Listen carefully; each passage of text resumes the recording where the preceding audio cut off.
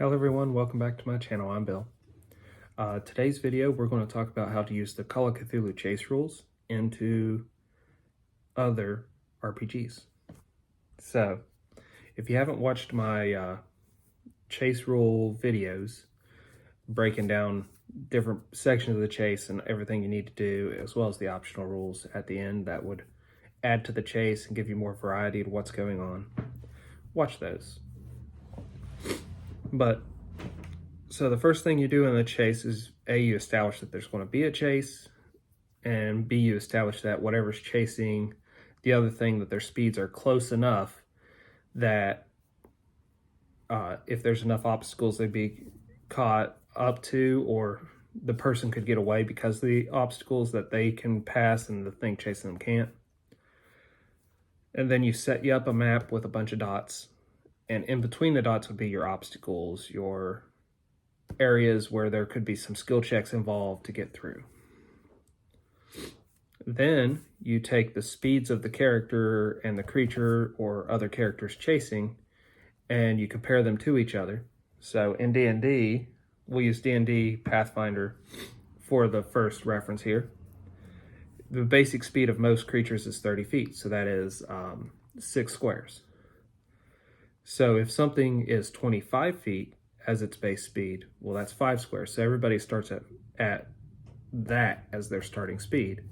So 5 squares. So you'd get, if you had the 30 feet, you would have 2 movement on the map instead of 1 movement, because 25 feet becomes the 1 movement. But you would also, at the very beginning of the chase, if you're on foot, make a Constitution check. And how I would set that up for Pathfinder or Dungeons & Dragons is I would take your Constitution score, subtract your bonus from it, and that's your difficulty, and you want to roll under it. So say I have a con score of 15, my bonus is 2, so now it's 13. I need to roll 13 or lower to be successful. And then you take that Constitution bonus, so that was 2. So I need to roll a 1 or a 2 to have a critical success.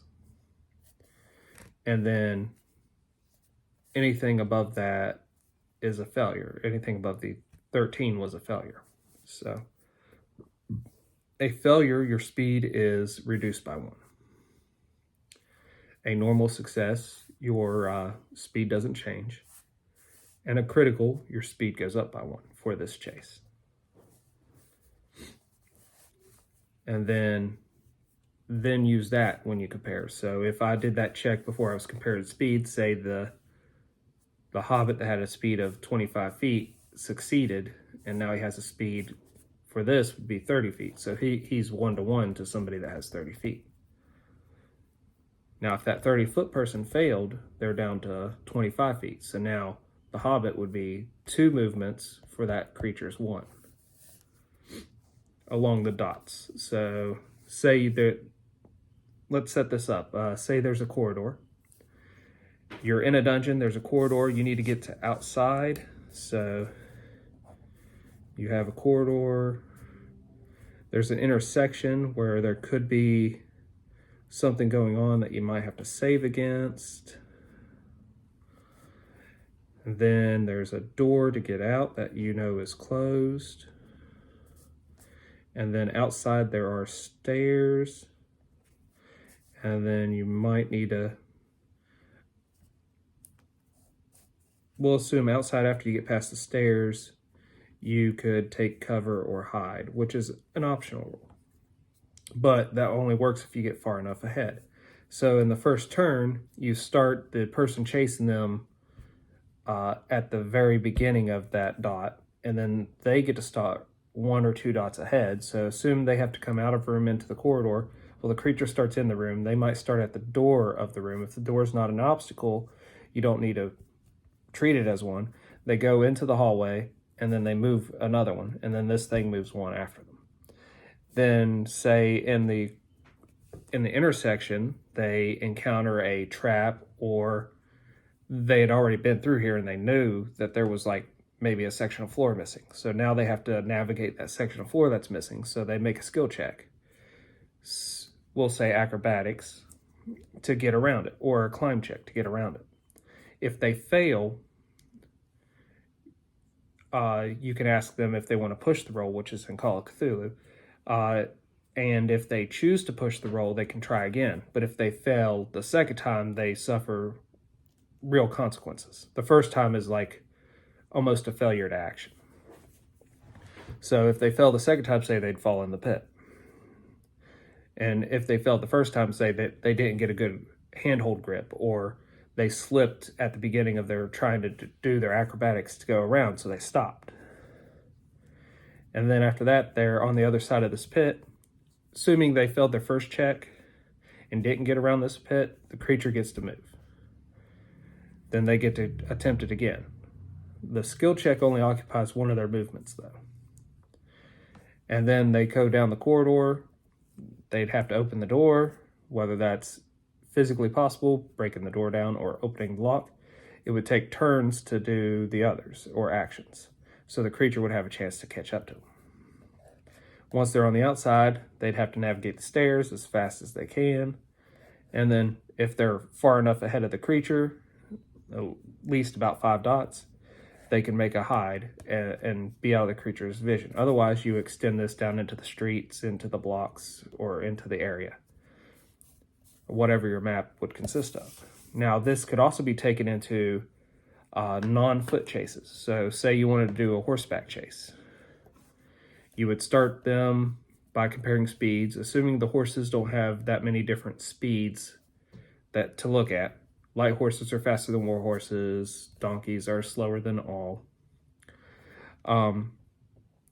But assuming you have similar horses, you would then make a ride check. And that ride check would determine if you got the advantage or not to the speed. You would also use your ride check to navigate hazards and stuff. Now, if you were doing this chase with, you're on horseback and you're chasing a wagon or a cart, more than likely you'll catch up. Now, if it's the other way around, then the person A is making a handle animal check instead of a ride check for them to navigate with the cart or the wagon. And then B, there would have to be a good reason on how they could catch up to you unless they have almost really good results, or there's a lot of hazards that are easier for it to navigate compared to you, which is almost hard to believe.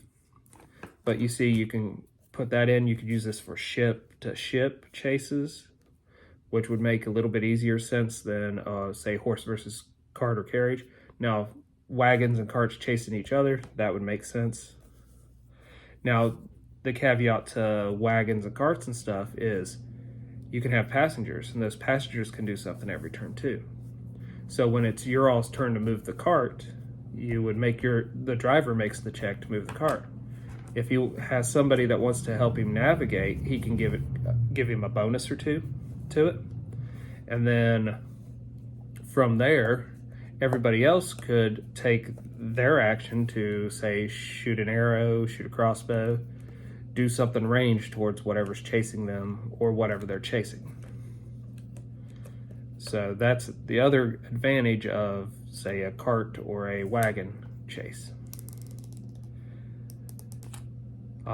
You could do this as an aerial chase if they all have flying mounts. So that's also an option. And then the naval chase is very easy. You would be comparing speed. You would see if they get any other advantages.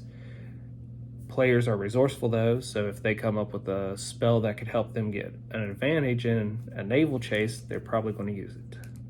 The same thing with any other chases. So keep that in mind. Also, there is an optional rule that fits very well where you could call for trouble. It's not really called that. That's what came to my mind. Essentially, the DM and the players, the first one to use this can't use it till the other side uses it. So say the player's going down the hallway getting chased and he wants to use a sudden encounter to hinder the party chasing him? Well, that sudden encounter could be a door opening. Now they would make a check versus each other, or the character makes a luck check, I think it was in Call of Cthulhu. There's a check made, and if he's successful, it affects the opponent. If he fails, it affects him.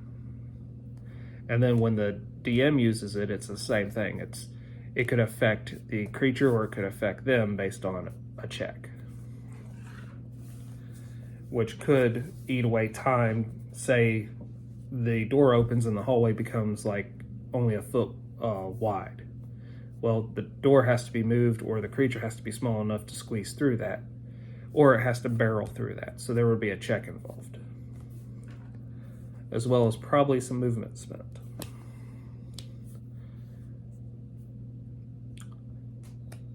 These are the ideas I have on how I could and possibly would use a chase in other games other than Call of Cthulhu. Let me know if you all used chase rules in your other games. Let me know if you think the Call of Cthulhu chase rules are pretty cool. I'm very curious on everybody's thoughts. Well, until we all game again, guys.